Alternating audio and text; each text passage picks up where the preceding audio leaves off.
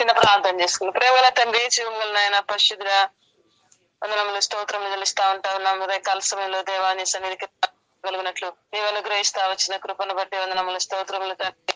ఈ సమయంలో చదువుకున్న లేఖన భాగంలో ద్వారా నాతో మాతో మాట్లాడుతురండి. మీ దయచేయండి ప్రభా. ఈ వాక్యం ద్వారా మా హృదయాన్ని పరిల చేయండి. మీ సన్నిధికి మేము ఇంకా అతి సమీపముగా రాకున్నట్లు మీరు మాతో మాట్లాడుతారండి. మీ వాక్యపు వెలుగులో మేము ఇచ్చే ప్రజలముగా ఉండనట్లు మమ్మల్ని సిద్ధపరచండి. వాక్యాన్ని ప్రేమించగలిగిన దేవాస్థితిని మీరు మాకు అనుగ్రహిస్తూ రమ్మని ప్రార్థిస్తున్నాం. భయభక్తులు పుట్టిస్తూ రండి ప్రభా. నిజముగా భయభక్తులు కలిగి ఎట్లు ప్రభా మరి వారిని సన్నిధికి వస్తా వచ్చారో అట్లా మేము భయభక్తులకు కలిగి నీ సన్నిధిలోనికి రాగలిగినట్లు మీరు మమ్మల్ని చూపుతురమని, కృప చూపుతురమని మీ దయగలిగిన హస్తాలకు అప్పచెప్పుకుంటూ మీ కృపను కోరుకుంటూ చదివిన లేఖనాలను ఆశీర్వదిస్తురమని మా వినికి దీవించమని ప్రార్థించి స్తుతించి దీని మనసు అడిగి వేడుకొనుచున్నాము. ఆమేన్.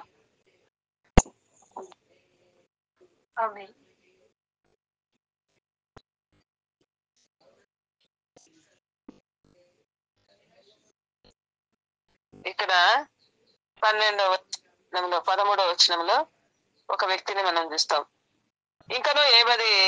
ఇంకను రాజు 70 మందికి అధిపతి అయిన పంపి ఒకరిని వాని 70 మందితో కూడా పంపగా ఆ 70 మంది మీద అధిపతి అయిన వాడు 3వ వాడు వచ్చి ఎదుట మోకాల్లోని, దైవజనుడా, దయచేసి నా ప్రాణము నీ దాసులైన 70 మంది ప్రాణములను నీ దృష్టికి ప్రియమైనవిగా ఉండనిమ్ము.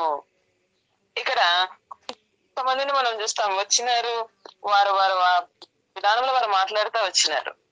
అయితే ఈ వ్యక్తిలో ఉన్న గొప్ప విశేషం ఏంటంటే మోకాళ్ళుతా ఉన్నాడు. ఇక్కడ మనకి ఏం పడతా ఉందంటే ఆ వ్యక్తిలో మనకు కనబడింది ఏంటంటే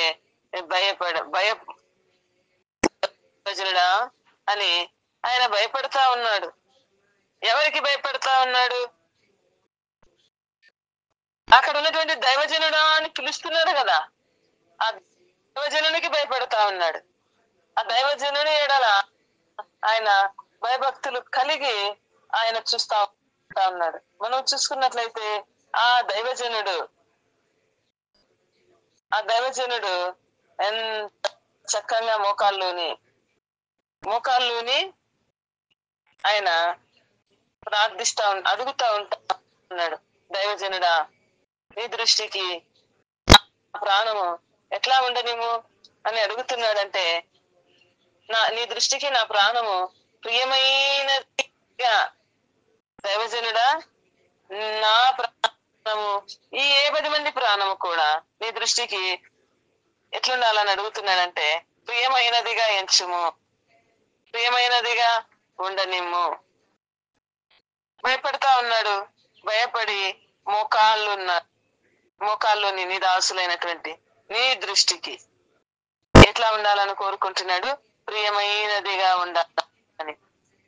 భయపడక ఇక్కడ అప్పుడు ఎప్పుడైతే ఈ యొక్క వ్యక్తి ఆయనకు ఏం సెలవిస్తుంటా ఉన్నాడో దైవజనునికి అని మనం చూసుకున్నట్లయితే, అప్పుడు ఆ వ్యక్తి పిలిచిన విధానాన్ని బట్టి మనం చూసుకున్నట్లయితే ఆ వ్యక్తి పిలిచిన విధానాన్ని బట్టి, ఆ వ్యక్తి ప్రభు సన్నిధికి వచ్చిన ఆ దేవుడు ఏలియాను మనం ఇప్పుడు ఎవరిగా చూడవచ్చంటే, ఏలియాను మనం ఇప్పుడు ప్రభువైన యేసుక్రీస్తు వారికి అదృశ్యంగా చూసుకుంటే, ఈ వ్యక్తి మోకరించిన వ్యక్తి ఒక విశ్వాసికి సాదృశ్యంగా ఉంటా ఉన్నాడు, ఒక దైవుని బిడ్డకు సాదృశ్యంగా ఉంటా ఉన్నాడు. ఈ ఏలియా యేసుక్రీస్తు ప్రభు వారని మనం అనుకుంటే, ఈ యొక్క వ్యక్తి ఒక విశ్వాసి ప్రభు సన్నిధికి ఎట్లా రావాలా అన్నది ఇక్కడ మనము చూస్తా ఉన్నాం. అంతవరకు వచ్చారు, వారి విధానంలో వచ్చారు, వారి విధానాల్లో వచ్చి వారు నష్టపోతా వచ్చారు. చూడండి, 9వ వచనం, వెంటనే అది 70 మందికి అధిపతి అయిన కొన్ని వాడిని 70 మందితో కూడా పంపెను. అతడు కొండ మీద కూర్చుండి ఉండగా ఆ అధిపతి ఎక్కి అతనికి సమీపమునకు పోయి, దైవజనుడా, నీవు దిగి రావాలని రాజు ఆజ్ఞాపించున్నాడు. ఇక్కడ పిలిచినది కూడా ఈయన దైవజనుడా పిలుస్తున్నాడు. ఈయన పిలిచే సమయం దైవజనుడా అని పిలుస్తున్నాడు. పిలిచే సమయంలో ఏమి తేడా లేదు, తారతమ్యం లేదు, భయభక్తులు లేకుండా పిలవట్టలేదు, భయభక్తితోనే పిలుస్తున్నాడు. భయంతోనే దైవజనుడా అని పిలుస్తున్నాడు. అయితే తన క్రియారూపకముగా భయభక్తులు కనబడటం లేదు. క్రియారూపకముగా ఏం చేయటం లేదంట, కనబడటం లేదు. ఏం కనబడటం లేదని మనం చూసుకున్నట్లయితే భయభక్తులు ఆ వ్యక్తిలో కనబడటం లేదు. ఇక్కడ మోకాల్లోని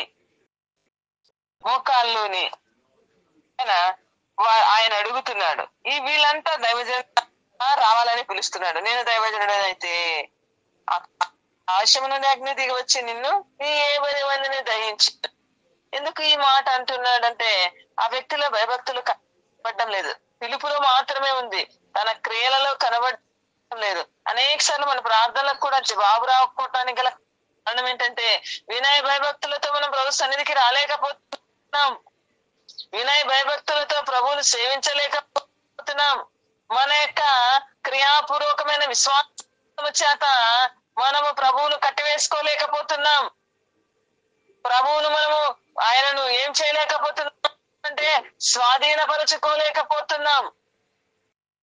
అబ్రహాము జీవితాన్ని మనం చూసుకుంటా వస్తాం. అబ్రహాము జీవితాన్ని మనం చూసుకుంటా వస్తే అబ్రహాము ప్రభువుకి ఎంతో భయపడిన వాడు.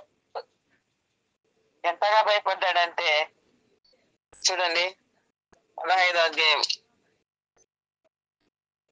అబ్రహాము భయపడతా ఉన్నాడు. ఇప్పుడు ఎందుకు భయపడతా ఉన్నాడంటే ఇక్కడ 14వ అధ్యాయంలో ఇంట పుట్టి అలవర్చబడినటువంటి దాసులైనటువంటి వారిని 318 మందిని తీసుకుని పోయి యుద్ధం అంటే తెలియని వారి చేత యుద్ధం చేసి జయించి వచ్చిన తర్వాత 5 రాజులను ఓడిస్తా వచ్చినాడు. ఈ 5 రాజులను ఓడించి ఆయన వచ్చిన తర్వాత అక్కడ మనం చూసుకున్నట్లయితే ఈ 5 రాజులు వాళ్ళ జీవితాల్లో 5 విషయాలను ఈ యొక్క అబ్రహాము జయిస్తా వచ్చినాడు. 5 రాజులను జయించినాడు. 5 విషయాలను 5 రాజులను అంటే 5 విధాలుగా తన శరీరాన్ని జయించుకున్నాడు. 5 విషయాలలో తన శరీరాన్ని జయిస్తా వచ్చినాడు. ఒక్కొక్క రాజు ఒక్కొక్క విధానంలో ఉంటా ఉన్నారు. సీనారు రాజు, అమ్రాపేలు, తర్వాత అరియోకు, తర్వాత ఎల్లేసారు. మనము చూసుకున్నట్లయితే 5 రాజులు బలమైనటువంటి వ్యక్తులే. 5 రాజులు బలమైనటువంటి వ్యక్తుల చేత చూడండి, సీనార్ రాజైన అమ్రాపేలు, ఎల్లాసారు రాజైన అర్యకు, ఏలాము రాజైన కదర్లమేరు, గోయి రాజైన తీదాలు అని వారి దినములలో వారు సొదోము రాజైన బేతను, గుమర రాజైన విషయతోను, అద్మా రాజైన షితును, శిబోయిల రాజైన షెబేబేరుతోను, రాజైన బేలా రాజుతోను యుద్ధం చేసేది. అందరూ కూడా యుద్ధం చేసి వాళ్ళు ఏం చేసినారంట, వారిని పట్టుకున్నారంట. ఎవరిని పట్టుకుంటా వచ్చినారన్నట్లయితే ఆ యొక్క సుధమ పట్టణంలో ఉన్నటువంటి ఆ వ్యక్తి తమ్ముడు కుమారుడైనటువంటి లోతును పట్టుకొని వెళ్తా వచ్చారు. పట్టుకొని వెళ్ళిన సమయంలో ఈయన జయిస్తా ఉంటా ఉన్నాడు. అబ్రహాము జయించడానికి గల కారణం ఏంటంటే అబ్రహాము జీవితంలో చూసుకున్నట్లయితే కొన్ని గొప్ప గొప్ప విషయాలు అబ్రహాములో మనం చూడగలుగుతాం. అబ్రహాములో మనం చూసుకున్నట్లయితే ఆయన ప్రభువుకు భయపడేవాడు, దేవుని వాక్యానికి భయపడేవాడు కనుక ప్రభు జయించగలిగినాడు. ఈ 5 రాజులను జయించినాడు. ఈ 5 ఇప్పుడు నాకు వేరే భాగం అయిపోతుంది. భయపడి దేవునికి భయపడినందున ఈయన గురించి మనం చూస్తా ఉన్నాం. కనుక ఈ రాజులను జయించటానికి గల కారణం ఏంటంటే ఈ 318 అనేది పరిశుద్ధమైన గ్రంథంలో వ్రాయబడినటువంటి 318 సార్లు కృప అనే మాట వ్రాయబడతా వచ్చిందంట బైబిల్ గ్రంథంలో. ఈ 318 సార్లు వ్రాయబడినటువంటి ఈ కృప అబ్రహాము ఇంటిలోనే ఉంటా వచ్చిందంట. ఈ కృప 318 సార్లు పరిశుద్ధ గ్రంథంలో కనబడితే ఒక అబ్రహాము ఇంట్లోనే 318 మంది పనివారు 318 సార్లు కృప అనే మాట వ్రాయబడింది. కనుక ఆ కృప అంతా బైబిల్లో ఉండే కృప అంతా ఎవరికి వచ్చిందంటే అబ్రహాం ఇంట్లోనికి వచ్చింది. అబ్రహాం ఇంట్లోనికి రావటానికి గల కారణం ఏంటంటే అబ్రహాం దేవునికి వాడు అబ్రహాము దేవుడు చెప్పింది ఆ దినమందే చేసేవాడు. అబ్రహాము విధేయత చూపేవాడు. అబ్రహాము జీవితంలో కూడా భయాలు వచ్చాయి, కానీ ప్రభువుకు భయపడినందున భయాలన్నింటినీ తొలగిస్తా వచ్చాడు. 5 రాజులను, అక్కడ ఉన్న రాజులందరినీ జయించిన తర్వాత ఆ 5 రాజులు యుద్ధం చేసిరంట. అయితే ఆ రాజుల జయించి ఆ రాజులను తరిమి వారందరినీ కొలసము తీసుకొని వచ్చి విడిపించి తన తమ్ముడైన లోతుని తీసుకొని వచ్చిన వాళ్ళు, మేము మనుషులను మాకు ఇచ్చి ఆస్తి అంతా తీసుకో అంటే తీసుకోవటం లేదు. వద్దు, నాకు నేనే అబ్రాహాము ధనవంతునిగా చేసి తినన్న మాట ఎక్కడా వినరావద్దు, ఎక్కడా నేను చూడవద్దు, ఎవరి నోట మాట వినవద్దు. అబ్రాహాము దేవుడే గొప్పవాడు చేశానని చెప్పాలి. ఈ మాట కష్టమండి. దేవుడే చేశాడని చెప్పాలంటే ఎన్ని శ్రమలు ఎదుర్కోవాలో తెలుసా. నేను కూడా ఒకనొక సమయంలో ప్రభువుని కొత్తగా ఇంకా ప్రభువుని నమ్మానప్పుడప్పుడే ప్రభువుని నమ్ముకున్నప్పుడు కొంత ఆస్తి ఉండింది. అంటే మా తాతల కాలం నాటి ఆస్తి. ఆ ఆస్తి వచ్చిందంటే కోర్టుకి వేసినప్పుడు మా అందరు కలిసి మా నాన్నలాగా సత్యం చేసి ఆ డబ్బు తెచ్చుకున్నారు. కోర్టులో మాకు కూడా కావలసిన డబ్బుని మాకు ఇవ్వలేదు వాళ్ళు. మాకు ఇవ్వకపోతే ఇప్పుడు ప్రభువా ఇచ్చేవాడవు నువ్వే కదా, ఎవరైనా ఏదైనా ఇచ్చేవాడవు నీవే కదా. ఇంకా అప్పుడే మేము నమ్మాం ప్రభువుని, అంతే. అప్పుడప్పుడే నమ్ముకున్నాం. 2 months అయింటది. కానీ ఆ దేవుని గొప్ప గుర్తెరిగి నువ్వు నిజమైన గొప్ప దేవుడవు కదా, మా అక్కలు తీర్చే దేవుడవు కదా, మాకేం కావాలో తీర్చే దేవుడవు కదా. వారైతే మోసం చేశారు. మరి అప్పుడు నాకేమైపోయిందంటే, నేను స్కూల్లో జాబ్ చేసేదాన్ని, జాండీస్ అయిపోయినాయి, పూర్తి ఎక్కువ అయిపోయినాయి జాండీస్. ఇంకా స్కూల్లో చూపించాలంటే అప్పుడు నేను ప్రభా నువ్వు ఇస్తేనే నేను తీసుకొచ్చుకొని చూపించుకుంటా, నువ్వు చేస్తేనే అని నిజంగానే ప్రభువుని అడుగు వచ్చి, నువ్వు ఇస్తే వాళ్ళకి ఇచ్చింది నువ్వే, నాకు ఇచ్చేది నువ్వే. నాకు ఇవ్వలేదంటే ఒక కారణం ఉంటా ఉంది. అయితే నువ్వు ఇస్తేనే మనం అందరం మందిరానికి ఆ వారంలో ఒక సండే ఇంకప్పుడప్పుడు అయినా కూడా ప్రభు ఎందుకో మరి మా అమ్మ తప్ప అందరం మందిరానికి వెళ్ళాం. మా చెల్లి నేను, మా తమ్ముడు రాలేదు కానీ మా చెల్లి నేను మన ముగ్గురు మందిరానికి వెళ్ళాం. అయితే నిజంగా మందిరంలో మేము ఇట్లా తినడానికి లేకుండా ఫస్ట్ వెళ్ళిపోయాం మందిరానికి. తినడానికి ఏం అట్లానే మందిరానికి వెళ్ళిపోయినాం. నువ్వు ఇస్తే. కాబట్టి ప్రభే ఇవ్వాలి అన్న పరిస్థితులు ఎట్లుంటాయంటే కఠినంగా ఉంటాయి. ప్రభు దగ్గర నుంచి పొందుకుంటే అది శ్రేష్టంగా ఉంటది కూడా. అబ్రహాం అటువంటి ఆ గొప్ప విశ్వాసం, విశ్వాసంలో నాకు, నీకు, మనకు ఇందులో ఒక 99%, 1% లో 99 పాయింట్ అని 0 అంటారు కదా, పాయింట్ 0 పక్కన 1 పెడతారు. అట్లా పెట్టి అది కొంచెం ఇచ్చినా కూడా మనము గొప్ప భక్తులం అయిపోతామేమో. ఎందుకంటే అబ్రహాం విశ్వాసం అంత గొప్పది. అబ్రహాం లాగా చేయలేం మనం. ఆ దైవజనుడు ఎటువంటి వాడంటే తన దగ్గర ఉన్నది ఏదైనా సరే అందరికీ పంచిపెట్టుకుంటూ వచ్చేవాడు. నేను మిమ్మల్ని పంచిపెట్టమని చెప్పటం లేదు, అబ్రహాం అంటే చెప్తున్నా. ఆయన జీవితం అంటే అంతగా ప్రభువును ప్రేమించేవాడు కనుకనే ఇంట్లో పుట్టినటువంటి వారిని తీసుకుని పోయి యుద్ధం చేయించినాడు. అంటే యుద్ధం తర్పిదే లేదు వాళ్ళకి. యుద్ధం చేయడానికి సోర్సే కాదు, వాళ్ళు యుద్ధంలో నైపుణ్యత కలిగిన వాళ్ళే కాదు, వారి దగ్గర ఉన్న వారు, వారి రాజులు, వారంతా యుద్ధ నైపుణ్యత కలిగిన వారు. ఇదే జయించాడంటే కృపచేత. ఏంటి ఆ మాట? 318 ఏంటి? 318 బైబిల్లో ఉన్నంత కృప, ప్రతి చోట వ్రాయబడిన కృప. ఆ కృప అంతా ఎవరి దగ్గర ఉంది? బైబిల్లో ఉన్న కృప అంతా అబ్రహాం ఇంట్లో ఉంది. కారణం ఏంటి? ఎందుకు అబ్రహాం ఇంట్లో అంత కృప అంత ఉంది? కృప అంటే అబ్రహాం ప్రభువును అంతగా ప్రేమించి తన దగ్గర ఉన్నది యావత్తు కూడా తనకు కావలసినంత, అంటే ఆ పూట తినటానికి అవసరమైనంత ఉంచుకుని మిగతాదంతా పంచిపెట్టేవాడు. మనం బైబిల్లో ఒక విధవరాల్ని చూస్తాం, తన జీవనం అంతా వేసింది. జీవనం అంతా అంటే ఎంత వేసింటేదాన్ని మనం చూసుకుంటే 2 కాసులే. తన జీవనం అంతా అంటున్నాడు ప్రభు. ఉన్న వాళ్ళ తనకు కలిగినంత ఇచ్చే. కానీ ప్రభు అన్యాయస్తుడు కాదండి. ఒకవేళ నా దగ్గర ఉన్నది కొంచెమే నేను ఇతరులకు ఇచ్చానంటే ప్రభు వదిలిపెట్టాడు. అప్పుడప్పుడు నా దగ్గర కూడా నేను కొంచెమే ఉన్నా, కొంచెం మందిరం పని గాని దైవ సేవకులు ఏదైనా అన్నప్పుడు నేను కూడా పంచి పెడతా. తర్వాత ప్రభు ఇస్తాడు, ఇవ్వకుండా అయితే ఉండడు. ప్రభు మనల్ని వదిలిపెట్టాడు. పోయినసారి మందిరంలో మేము ఉన్నప్పుడు నా దగ్గర నా అకౌంట్ లో 50,000 60,000 ఉన్నింది. 60,000 ప్రభు యొక్క సండే స్కూల్ మొదలు పెట్టేశామన్నమాట. ఒకసారి ఇంకా ఇల్లుకు బండలు వేయాలి, ఇల్లుకి కట్టుకోవాలి, ఇంటికి డబ్బు కట్టమంటున్నారు. ప్రభా మరి ఇల్లు చిన్నవాడు నీవే కదా, ఇప్పుడేమో మందిరానికి పెడుతున్నా ప్రభా, ఈ 10,000 మందిరంలో బండలు కొంటున్నాను కొనుక్కున్నాం. ఏం చెప్తున్నానంటే ఉన్నది మనం ఇచ్చినప్పుడు ప్రభు మనకు అన్యాయం చేయడు, వదిలిపెట్టాడు. అది అనుభవించాలి. మనం ప్రభు చేత అనుభవిస్తే అది ఎంతో శ్రేష్టంగా ఉంది. కనుక అబ్రహాము జయించి ఆ 318 ఆ కృప చేత జయించినాడు. అబ్రహాం కూడా ఇక్కడ భయపడుతున్నాడు. అబ్రహామ భయపడొద్దు. చూడండి ప్రభు ఎట్లా చెప్తున్నాడు.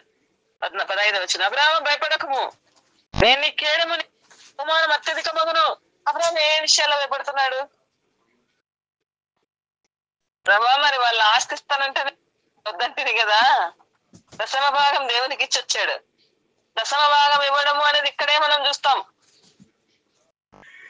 దశమ భాగం ప్రభుకి ఇచ్చి మెల్కీషెదెకు క్రమము యాజకుడు వచ్చినప్పుడు, షాలేము రాజైన మెల్కీషెదెకు రొట్టెను ద్రాక్షాసం తీసుకొని వచ్చినప్పుడు అతడు సర్వోన్నతుడు దేవునికి యాజకుడు గనక అప్పుడు అతడు అబ్రహామును ఆశీర్వదించి ఆకాశమునకు భూమికి సృష్టికర్త సర్వోన్నతుడు దేవుని వల్ల అబ్రహాము ఆశీర్వదింపబడిన గాక అని, పితరుని చేతికి అప్పగించిన సర్వోన్నతుడు దేవుడు స్తుతింపబడిన గాక అని చెప్పినప్పుడు అతడు అన్నింటిలో 10వ వంతు ఇచ్చాడు. అన్నింటిలో ఇంట్లో ఉన్న పన్ను అన్నింటిలో ఇచ్చాడు.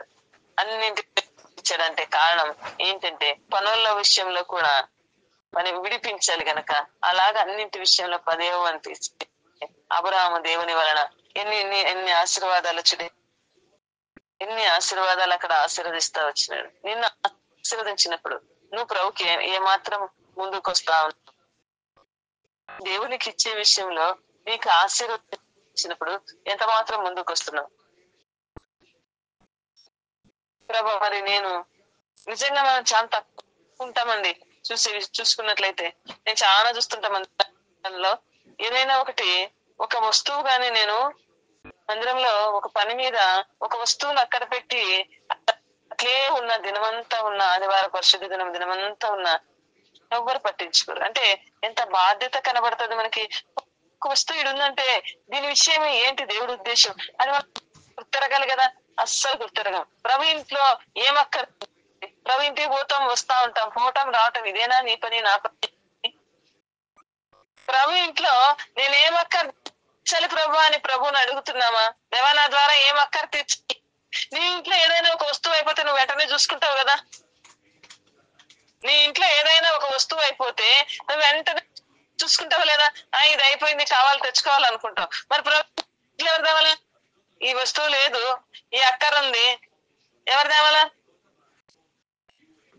మనమే కదా, దేవుని పిల్లలమైనటువంటి మనమే కదా ప్రభు అక్కర తీరుస్తాడు కదా, మన అక్కర తీరుస్తాడు. అన్న ఒక కుమారుని ఇచ్చింది. అన్నకు మళ్ళా దేవుడు 6 మంది పిల్లలు ఇస్తా వచ్చాడంట. కానీ 5 మంది ఉన్నారు, ఒకరు లేరు ఏమో అంటారు. ఆ 7 మంది 7 మంది పిల్లల కన్నంటే అన్న విషయంలోనే అన్న ఒక కుమారుని ఇస్తే 5 మంది తన దగ్గర ఉన్నారు. మనం ఒక వంతు ఇస్తే ప్రభు మన దగ్గర 5 అంతలు పెడతాడు, వదిలిపెట్టాడు. మనం అనుకోనవచ్చు ఏమీ లేదని. ఒకసారి రోగం రాకపోతే, ఒకసారి అనారోగ్యం రాకపోతే, ఎవరైనా మన డబ్బు తీసుకుని మనకు ఇయ్యకుండా పెట్టుకుని పారిపోతే మనం ఏం చేయలేం. అయితే ప్రభు కృప ఉంటే మనం ఎవరికి ఇయ్యలేం, మన దగ్గరే ఉంటుంది. అదే ఆశీర్వాదం. అంటే ఒక రూపాయి దాని వల్ల నిన్ను పోషిస్తాడు దేవుడు, దాంతోనే పోషిస్తాడు దేవుడు. ప్రభు నమ్మదగిన వాడు. అయితే మనం ప్రభుకు నమ్మకంగా ఉండాలి. అబ్రహాముకు భయపడకము నేను నీకు కేయడం. ఎందుకు అంటున్నాడు? కేయడం అంటే భద్రత. ఆ రాజుల వల్ల నీకేం కాదు, నేను భద్రతనిస్తాను, నువ్వు భయపడద్దు. ఆ రాజులను జయించొచ్చాను, ఆ రాజులు మరలా నీతో వచ్చి యుద్ధం చేస్తారే, నా పరిస్థితి ఇంకెట్లా అన్నటువంటి భయంతో నువ్వు ఉన్నాయేమో. నేను అబ్రహాము నీకు కేయడము, నేనయ్యా నిన్ను భద్రపరిచేది, నేనయ్యా నిన్ను అని ప్రభు సెలవిస్తా ఉంటా ఉన్నాడు. భయపడకము, ఈ బహుమానం అత్యధికమగును, బహుమానము అత్యధికమగును, నువ్వు చేసిన దానికి నేను చేస్తాను అని ప్రభు అంటున్నాడు. శ్రేష్టమైన కుమారుని అబ్రహాము నువ్వు దేవుడు ఇస్తా వచ్చాడు. అబ్రహాము అంతేనా? ఇంకొక మాట చూద్దాం. 22వ అధ్యాయంలో అబ్రహాముకు ప్రభు ఎట్లా లోబడిపోయాడంటే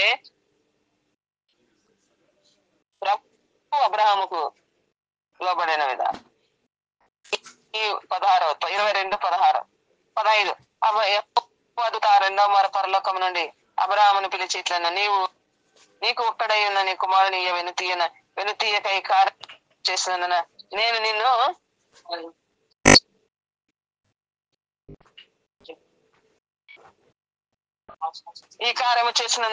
ఆశీర్వదించి ఆ నక్షత్రముల వలన సముద్ర తీల వందల ఇసుక వలన నీ సంతానము నిశ్చయముగా విస్తరింపచేసేదను. నీ సంతతి వారు తమ శత్రువుల విని స్వాధీనపరుచుకుందరు. ఇక్కడ అబ్రహాముకి వాగ్దానం ఇచ్చి అంతకు పైన ప్రభు ఏం చేస్తున్నాడంటే 13వ వచనంలో, ఇప్పుడు అబ్రహాము కళ్ళెత్తి చూడగా పొదలో కొమ్ములు తగులుకొని ఉన్న ఒక పొట్టే వెనకతట్టున కనబడాను. అబ్రహాము వెళ్లి ఆ పొట్టేలను పట్టుకుని తన వారిని మారుగా పెట్టి దహనబలిగా అర్పించాను. ఇక్కడ అక్కర తీర్చడమే కాదు, అబ్రహాముకు దేవుడు అట్లా విధేయుడైనాడంట. ఇదేంటి గొప్ప సాక్ష్యం కదా. అబ్రహాము దేవునికి విధేయుడైనాడంటే బాగుంటది, కానీ అబ్రహాముకు దేవుడు నీకు ఇట్లా లోబడి ఉన్నానయ్యా, నువ్వు తీసుకొని వచ్చి చేసుకో అన్నట్టు విధానంలో తన ఒక్కగానొక కుమారుని ఇచ్చినందున నువ్వు దేవునికి భయపడవాడవు. ఒక వ్యక్తి ప్రభు భయపడితే ఎన్ని గొప్ప కార్యాలు జరుగుతాయో మనం చూస్తాం. ఒక వ్యక్తి ప్రభువుకు లోబడితే ఎన్ని కార్యాలు జరుగుతాయో మనం చూస్తాం. ప్రభు ఎట్లా ప్రేమిస్తాడో చూస్తాం. ప్రభు తనని ఎట్లా స్వాధీనపరుచుకున్నాడో దేవుడు కూడా ఆయనకట్లా నువ్వేమైనా చెప్పు, ఇప్పుడు నేను చేస్తా అన్నటువంటి స్థితి ఇది. నువ్వు ఏదైనా ప్రార్థన, నువ్వు ఏమైనా అడుగు. అంతవరకు అడిగిన వాళ్ళని కూడా ఏమైపోతా వచ్చినారు, 50 మంది పోతా వచ్చారు. ఇప్పుడు వ్యక్తి వచ్చినటువంటి వ్యక్తి దేవునికి భయపడేవాడు గనక దైవజనుడి యుద్ధకు వచ్చి నా మాట విధానంలో నా ప్రాణము నీ ప్రాణము మీ దృష్టికి ఎట్లా ఉండాలని కోరుకుంటున్నాడట. ఎట్లా ఉంటుంది? ప్రియమైనగా ఎంచు. అబ్రహాము ఒక ప్రార్థన చేస్తాడు కదా సొదొమ గొమొర్రా విషయంలో, అంత చక్కగా ప్రార్థన చేస్తాడు. అబ్రహాము దేవుని వశపరచు. అబ్రహాము ఫస్ట్ దేవుని ప్రేమిస్తాడు, ఆ తర్వాత ప్రభువును తన ఏం చేసుకుంటాడంటే తన ప్రేమ చేత బంధించుకుంటాడు, తన విధేయత బంధించుకుంటాడు, తన లోబడే దాని చేత దాటి.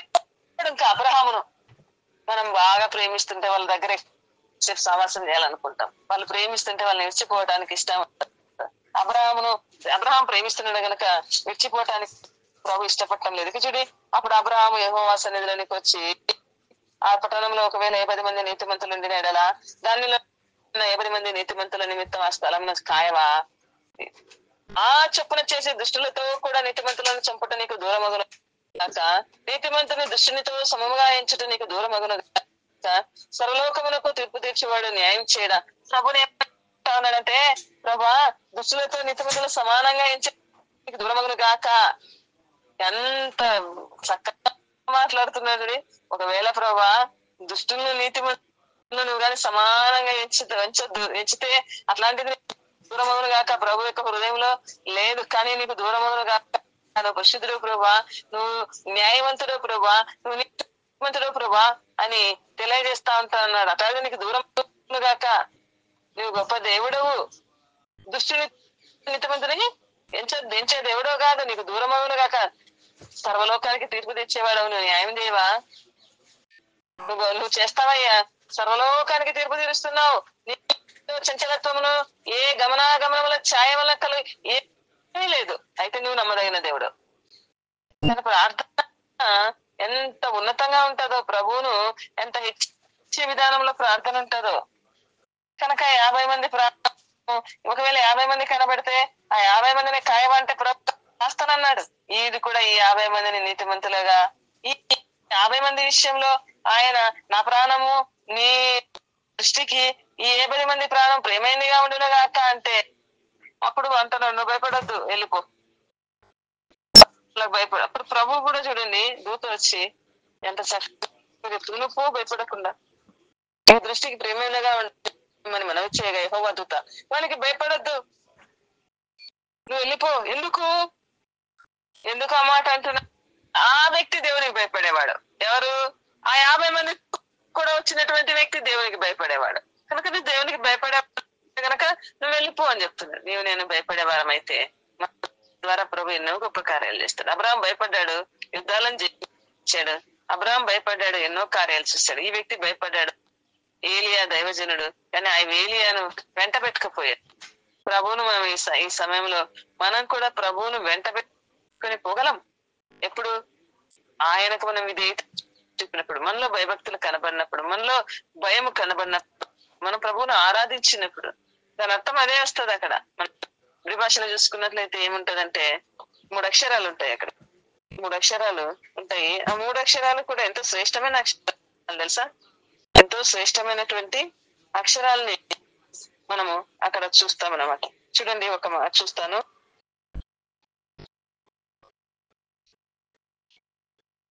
ఒక్క నిమిషం.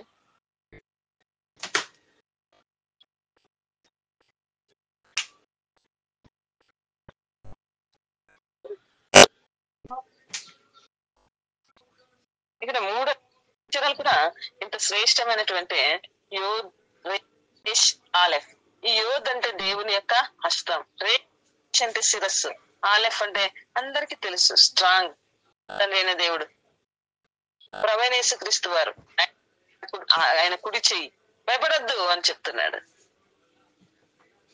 కనుక మనం భయపడితే ప్రభువుకి ఇలాంటి విధానంలో సంరక్షణ మనకుంటది. ఆయన చెయ్యి తోడుగుంటది, ఆయన శిరసత్వం కింద ఉంటాం. ఆయన తండ్రి అయిన దేవుడు, ఆయన బలవం చేత ఆయన మనల్ని నడిపించేవాడుగా ఉంటాడు. కనుక ఈ సమయంలో చూసుకున్నట్లయితే ప్రభు అయినటువంటి యేసుక్రీస్తు ఆయనకు మనం భయపడితే ఎన్నో గొప్ప కార్యాలు. ఆయన భయపడ్డాడు, దైవజనుల్ని వెంట తీసుకొని పోతా వచ్చిండు. మనం కూడా ప్రభువుకు భయపడితే వెంట తీసుకొని పోతాం. ఇక్కడ ఎక్కడికి తీసుకొని పోతాం? వెంట దైవజనుని మనం వెంట తీసుకొని పోతాం. ప్రభువైన యేసుక్రీస్తు వారిని వెంట తీసుకొని పోతాం. గొప్ప కార్యాలని మనము చూస్తాం. కనుక ఈ సమయంలో దేవుడు మన ఎడల కూడా ఆయన చేసిన గొప్ప కార్యాలు, ఆయన చిన్న ప్రార్థన నీ దృష్టికి ప్రియమైనదిగా ఎంచితే, అబ్రహాం కూడా నాకు భయం అవుతుంది, ప్రభు భయపడుతున్నప్పుడు ఎంతో సహాయపడతా వచ్చారు. ప్రియ కుమారుని భయపడినందున నీవు దేవునికి భయపడినందున, తన ప్రియ కుమారుని ఇచ్చుట వలన భయపడినందున అంటారు. కనుక నీవు నేను భయపడితే నేను నా జీవితంలో కూడా ప్రభుని గొప్ప కార్యములు చేసేవాడుగా ఉంటాను. ఎట్లా అబ్రహాముకు లోబడ్డాడు, ఎట్లా అబ్రహాము మీ దేవుడు ప్రభువే కొమ్ములు తగులుకొని ఉందంటే ఎక్కడికి పోలేదు, అబ్రహామే విడిపించాలా ఆ స్థితి నుంచి. స్థితిలో అబ్రహాముకు నువ్వేం చెప్తే నేను అది చేస్తా అబ్రహాం అన్నటువంటి స్థితి. నువ్వు ఏదైనా అడుగు, నేను చేస్తాను. నేను ఆ ప్రార్థనలకు అటు విధానంలో ఉండేట్లు ప్రభు మనకు సాయం చేయను గాక, తన వాక్యమును దీవించిన గాక.